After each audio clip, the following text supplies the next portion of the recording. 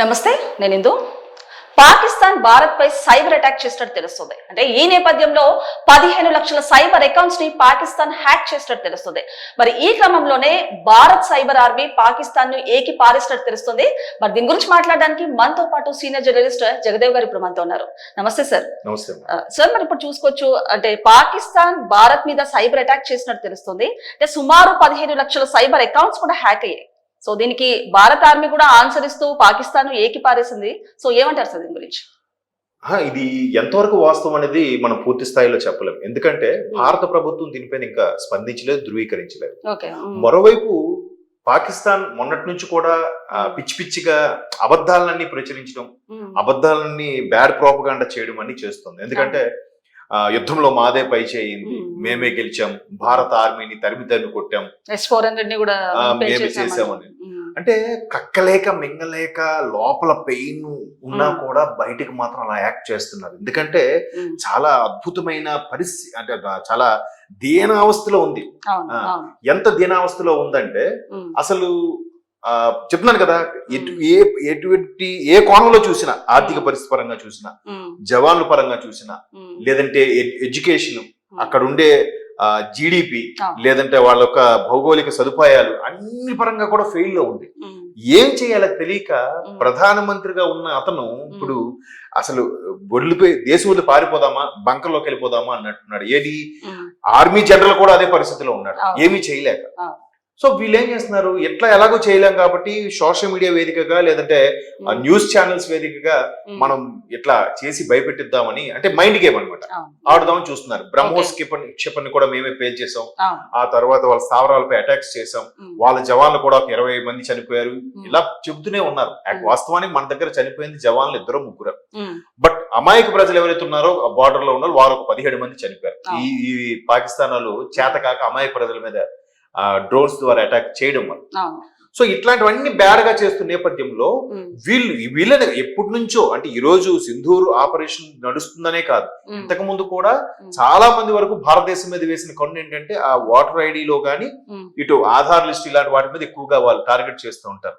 The biggest storage data కదమ్మా, మొత్తం భారతీయుల్లో ఉండే సిటిజన్స్ అందరి డేటా అందులో ఉంటుంది కదా. సార్, మరి మీరు అన్నట్టు కొన్ని కీలక డాక్యుమెంట్స్ ఉంటాయి నార్మల్ గా భారతదేశానికి. మరి ఈ పాకిస్తాన్ హ్యాక్ చేస్తే ఒక ప్రమాదం పొంచి ఉందని కూడా చెప్పొచ్చు కదా సార్ నార్మల్ గా? అందుకే అమ్మా, వీళ్ళు ఒక యుద్ధం ప్రకటించి ఒకటి అటాక్స్ చేస్తున్నామంటే వాళ్ళు అన్ని రకాలుగా ఆలోచించి పెట్టుంటారు. ప్రతిదీ అసలు మన నిజంగా మన రక్షణ వ్యవస్థ గానీ, మన ఇంటెలిజెన్స్ వ్యవస్థ గానీ, ఈ దాన్ని ఏమంటారు, సైబర్ సెక్యూరిటీస్ అంటారు, సైబర్ సెక్యూరిటీస్ వాళ్ళు కూడా చాలా నిఘా పెట్టే ఉంటారు. మీకు తెలుసో తెలీదో, ఈ మధ్య కాలంలో ఒక 2 నెలల కిందట హైదరాబాద్ లో ఓల్డ్ సిటీలో ఉన్న కొంతమంది కుర్రోళ్ళకి 2 నెలలు 6 నెలలు సరిగా గుర్తులేదు నాకు, సుమారుగా ఒక 30-25 మంది కుర్రోళ్ళు పిలిపించారు కౌన్సిలింగ్, సైబర్ క్రైమ్ వాళ్ళు, పోలీసులు. ఎందుకు పిలిపించారంటే ఆ పర్టికులర్ కుర్రోళ్ళు వాళ్ళని వాళ్ళ పేరెంట్స్ కూడా పిలిపించారు. వీళ్ళందరూ పాకిస్తాన్ కి సంబంధించిన ఐఎస్ఐకి సంబంధించిన కొన్ని రకాల సైట్లు ఫాలో అవుతూ వాళ్ళకి లైక్స్ షేర్స్ కొడుతున్నారు మన ఇండియాలో ఉంటూ. సో అటువంటి వాళ్ళకి మనం కౌన్సిలింగ్ తర్ఫీదు ఇవ్వాలా వద్దా? అప్పుడు వాళ్ళందరినీ పిలిపించి, మీ అబ్బాయి ఇదిగో పలానా రోజు పలానా దగ్గర ఇట్లా ఫేస్బుక్ లో ద్వారా ఇది అప్లోడ్ చేశాడు, ఆ సైట్ ఓపెన్ చేసి దీనికి లైక్ చేశాడు, ఇట్లా ప్రతిదీ వాళ్ళ పేరెంట్స్ పిలిపించి, ఏంటి మీ ఉద్దేశం, పిల్లలకు తప్పుదారి పడుతున్నారు, మీరు దగ్గరగా పెట్టాలి, లేదంటే దీని మీద, అంటే వాళ్ళు ఎంత నిఘా ఉంచుతున్నారో చూడండి. మరి అంత నిఘా ఉంచిన వాళ్ళు ఈ సింధూర్ జంగ్ స్టార్ట్ చేశాక వీళ్ళు చేతకాక అమాయక ప్రజలను చంపినట్టుగా మళ్ళీ చేతకానతనం ఆడంగుల్లాగా వచ్చి మళ్ళీ సైబర్ వాటి మీద అటాక్స్ చేస్తారని ముందే మన వాళ్ళు చాలా సెక్యూర్ గా పెడుతున్నారు. ఈ రోజు మనం ఉద్యోగాల్లో కూడా చూస్తే ఒకవైపు ఏఐ వస్తుంది, సాఫ్ట్వేర్ పడిపోతుంది అంటున్నారు, కానీ ఈ సైబర్ సెక్యూరిటీ సంబంధించిన ఏదైతే సెక్యూరిటీ వింగ్స్ జాబ్స్ ఉన్నాయో మాత్రం మంచి డిమాండ్ ఉంది. చాలా వరకు మంచి మంచి ప్యాకేజ్ తో తీసుకుంటున్నారు, చాలా మంది దాని మీద కాన్సన్ట్రేట్ చేస్తున్నారు. ఎందుకంటే ఇవాళ రేపు అరచేతిలో ఫోన్ ఉన్నప్పుడు ల్యాప్టాప్, మొబైల్ అన్ని కూడా త్రూ ఇంటర్నెట్ ద్వారా నడుస్తుంది. సో ఇంటర్నెట్ ద్వారా ఎన్ని ఉపయోగాలు ఉన్నాయో దానికి రెట్టింపు సంఖ్యలో నిరుపయోగాలు కూడా ఉన్నాయి. ప్రతిదీ మంచి పక్కనే చెడుకో ఉంటుంది. సో ఈ సైబర్ సెక్యూరిటీస్ ఎంత జాగ్రత్తగా ఉంటారంటే ఎవరు హ్యాక్ చేయకుండా ఉండడం, ఒకవేళ చేసిన దానికి అక్కడే డిఫెన్స్ చేయడం, ఒకవేళ వాడు ఏదైనా హ్యాక్ చేస్తే దాన్ని క్రాక్ చేయడం, దాన్ని డీకోడ్ చేయడం, ఇలా రకరకాలుగా మన వాళ్ళు కూడా నిష్ణాతులు ఉన్నారు. అందులో అంత డేటాబేస్ ఉన్నప్పుడు ఎంత జాగ్రత్తగా ఉంటారు. కాకపోతే వీళ్ళు ఒకేసారి మన వైపు అటాక్ చేస్తే డౌట్ వస్తుందని పాకిస్తాన్ నుంచి కొన్ని సైట్లు, చైనా నుంచి, మలేషియా నుంచి, ఆ అరబ్ కంట్రీస్ లో కొన్ని వీళ్ళకి సపోర్ట్ చేసే టర్కీ వీళ్ళు ఉన్నారు, తుర్కీ వాళ్ళు, వీళ్ళు గాని, ఇరాన్ గాని, ఇండోనేషియా, ఇట్లాంటి కొన్ని దేశాలకు సంబంధించిన వాళ్ళు ఆయా ప్రాంతాల్లో వాళ్ళు మన హ్యాక్ చేయాలని చూస్తున్నారు. పైగా ఎంత మేధావిగా చేస్తారంటే వాడు ఉపయోగించే ఇంటర్నెట్ ఏదైతే ఉంటుందో అందులో ఉండే ఐపీ ఒకలాగా ఉంటుంది, సర్వర్ ఎక్కువ దగ్గర నుంచి ఉంటుంది, ఆపరేట్ అవుతుంది. అలా అంత మేధావులుగా ఎలా సార్ ఇప్పుడు ఐపీ అడ్రస్ తోటి, సిస్టమ్ ఐపీ అడ్రస్ తోటి వాళ్ళ దాన్ని హ్యాక్ చేసే ఛాన్స్ ఉందంటారా? వాళ్ళు చేశారనేది మనం ట్రేస్ అవుట్ చేస్తున్నాం. ఏ ఐపీ నుంచి వీడు మనకి లాగిన్ అయ్యి మనకి ట్రై చేయబోయాడు అని. ఐపీ అడ్రస్ అనేది ఇప్పుడు యూనిక్ గా ఉంటుంది, ఎక్కడ రిపీటెడ్ గా ఉండదు. కాబట్టి ప్రతి సిస్టమ్ కి డిఫరెంట్ ఐపీస్ ఉంటాయి. ఆ ఐపీ నెంబర్ ప్రకారమే ఖచ్చితంగా ట్రేస్ అవుట్ చేస్తారన్నమాట. దానికి ఈ సర్వర్ సెక్యూరిటీస్ వాళ్ళు కానీ, పెద్ద డేటాబేస్ సంబంధించిన సెక్యూరిటీస్ కానీ ప్రతిదీ కూడా చాలా జాగ్రత్తగా వెళ్తున్నారు మన వాళ్ళు. కాకపోతే వాళ్ళు బ్యాడ్ గా మేము ఆల్మోస్ట్ 250 GB 250 GB ఉన్న డేటాని భారత్ మీద తస్కరించేసాం, వాళ్ళు కొమ్ములు విరిచేసాం, వాళ్ళ ఎలక్షన్ పోర్టల్ ఏదైతే ఉందో పోర్టల్ అంతా చేసేసామని. నిజంగా చేస్తే ఇప్పటికి వాళ్ళు యాడ్లు వేసేసుకోరా, వెంటనే వాడు ప్రతిదీ మనం చేస్తే ఇప్పుడు హ్యాక్ అవ్వగానే ఏమంటాడు, ఈ అకౌంట్ కి ఎంత కొట్టు నేను డేటా ఇస్తానంటాడు. సింపుల్ బ్లాక్మెయిల్ చేయడమే. మరి బ్లాక్మెయిల్ చేసినట్టుగా ఎక్కడ మనకి రాలేదుగా. సో మన వాళ్ళు ఏం చేస్తున్నారంటే అటువంటి వాడికి ఇప్పుడు మళ్ళీ సెక్యూర్ పర్పస్ లో ఎవడైనా హ్యాక్ చేయడానికి వస్తే వాడే ముందుకి వాడికి ఒక చిన్న పాపప్ విండో లాగా వస్తుంది అనమాట. నోటిఫికేషన్ లాగా దాన్ని జస్ట్ పాపప్ విండో అంటారు. ఆ వెంటనే అది అక్కడ డిస్ప్లే అవగానే ఎవరైనా ఇక్కడ ఉన్నాను రా బాబు నీ ఆటలు సాగు అన్నట్టుగా డిస్ప్లే వస్తుంది. ఇప్పుడు కొన్ని సందర్భాలు మీరు చూడండి, పెద్ద బ్యాంక్ లాకర్ లో జాగ్రత్తగా దాన్ని ఓపెన్ చేయకపోతే మొత్తానికే లాక్ అయిపోతుంది. మరి ఇంకే కీ తీసిన రోజు మొత్తానికి దాన్ని బాంబు పెట్టి పేల్చాల్సిందే. కొన్ని బాంబు పెట్టి పేల్చినా ఏమవు. ఇప్పుడు కొన్ని పవర్ఫుల్ బుల్లెట్ ప్రూఫ్ కార్లు వస్తున్నాయి, వాటికి బాంబు పేల్చినా కూడా ఏమవుతాయి, లేచి పడుతుందేమో తప్ప ఏమి చెక్కు చెదరదు. బుల్లెట్ ప్రూఫ్ గ్లాసెస్ వచ్చాయి, బుల్లెట్ ప్రూఫ్ జాకెట్స్ వచ్చేసాయి, బుల్లెట్ ప్రూఫ్ కార్లు వచ్చేసాయి. అంటే ఒక్కొక్కటి సెక్యూరిటీస్ పెరుగుతూ ఉన్నాయి, మీకు అర్థమవుతుంది కదా. అట్లాగా మన వాళ్ళు కూడా చాలా జాగ్రత్తగా ఉన్నారు, దాని మీద చాలా ఎక్స్పెండిచర్ చేస్తున్నారు.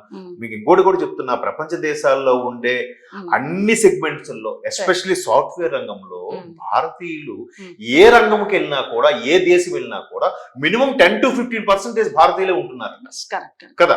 సో అలాంటప్పుడు మన వాళ్ళు కూడా చాలా నిష్ణాతులు అవుతున్నారు. కాకపోతే మన దగ్గర రిసోర్సెస్ తక్కువని ఇతర దేశాలకి మొగ్గు చూపు వెళ్ళిపోతున్నారు. కానీ బట్ ఇలాంటి సమస్య వచ్చినప్పుడు భారతదేశం కోసం అందరూ ఒకటే పనిచేస్తున్నారు. సార్ మీరు అన్నట్టు మరి అంటే ఓ పక్క పాకిస్తాన్ కాలబేరానికి వస్తున్నాయి, ఇలాంటి అటాక్స్ చేస్తుంది. అంటే మనం చూసుకుంటే పాకిస్తాన్ భారత్ కి కూడా ఒక లేఖ రాసింది, దాహం దేహి వాటర్ ప్లీజ్ అంటూ కూడా ఒక లేఖ రాసింది. అంటే ఒక పక్క ఇట్లాంటి చర్యలు చేస్తూనే మళ్ళీ ఒక పక్క రిక్వెస్ట్ పెడుతూ ఇలాంటి లెటర్స్ రాస్తుంది. అన్నట్టు సింధు జలాలకు సంబంధించి దేహి అని రాసినప్పుడు మరి అదెందుకు సోషల్ మీడియాలో పెట్టరు, అదెందుకు మళ్ళీ మాకేం అవసరం లేదు వాటర్, మేము బానే ఉన్నాం, మాకు వాటర్ వస్తుంది, మా వాళ్ళు చాలా హ్యాపీగా ఉన్నారు, మా కుర్రోళ్ళు కూడా ఆవేశంగా గంటలు ఇవ్వండి వాటర్కి యుద్ధం చేస్తా ఉంటున్నారని లేనిపోని బేరాలు పలుకుతున్నారు. సో అందరికీ తెలుసు. అంతెందుకు సీజ్ ఫైర్ ఆపారని అనౌన్స్మెంట్ వచ్చి నెక్స్ట్ డే మళ్ళీ వాళ్ళు కుటిల బుద్ధి చూపించిన తర్వాత మళ్ళీ మన ఆపరేషన్ సింధూర్ 2.1 కూడా కొన్ని అటాక్స్ జరిగిన తర్వాత వెంటనే ప్రధాని గారు ఏం చెప్పారు, మాకు ఎవరు ఫోన్లు చేసిన మాట వాస్తవమే కానీ ఈ విషయంలో ఎవరు జోక్యం మేము కలుగు చేసి ఒప్పుకోము. అండ్ మోర్ ఓవర్ మేం ఉగ్రవాదం మీద అటాక్స్ చేస్తున్నాం, ఉగ్రవాదం మీదే మా దాడి, అంతేగాని అమాయక ప్రజలు కాదు, దీంట్లో ఎవరిని మేము సహించబోము, అటాక్స్ చేస్తూనే ఉంటామని చెప్పి చేస్తూనే ఉన్నారు. వాళ్ళు కక్కలేక మెంగలేక ఇట్లా లోపాయకారంగా లేఖలు రాసి కంట్రోల్ చేస్తున్నారు. సార్ మీరు ఇప్పుడు చూసుకుంటే వీళ్ళు ఉగ్రవాదాన్ని ఎంత పెంచి పోషిస్తున్నారంటే మొన్న ఉగ్రదాడిలో 2 ఉగ్రవాదులు అయితే చనిపోయారు.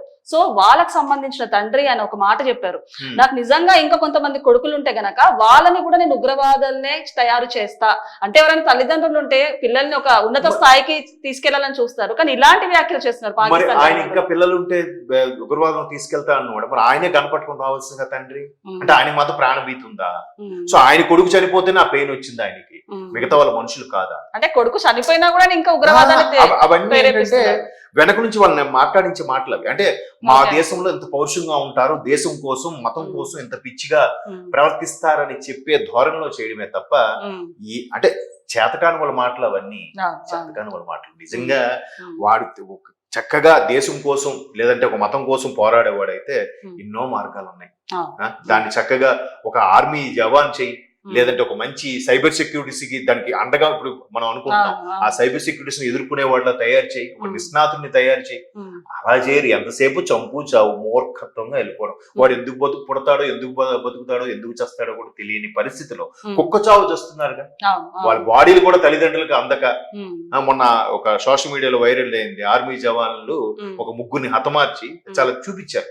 ఇలాంటి దుర్మార్గుల్ని ఏ ముగ్గురు అయితే ఆ మగవాళ్ళ ఫ్యాంట్లు ఇప్పి మరి చూసి ఆపరేషన్ కిల్లర్ లో ముగ్గురు వికటహట్టాసంగా నవ్వుతూ అవహేళన చేస్తూ చంపారో వాళ్ళ పరిస్థితి ఏంటి?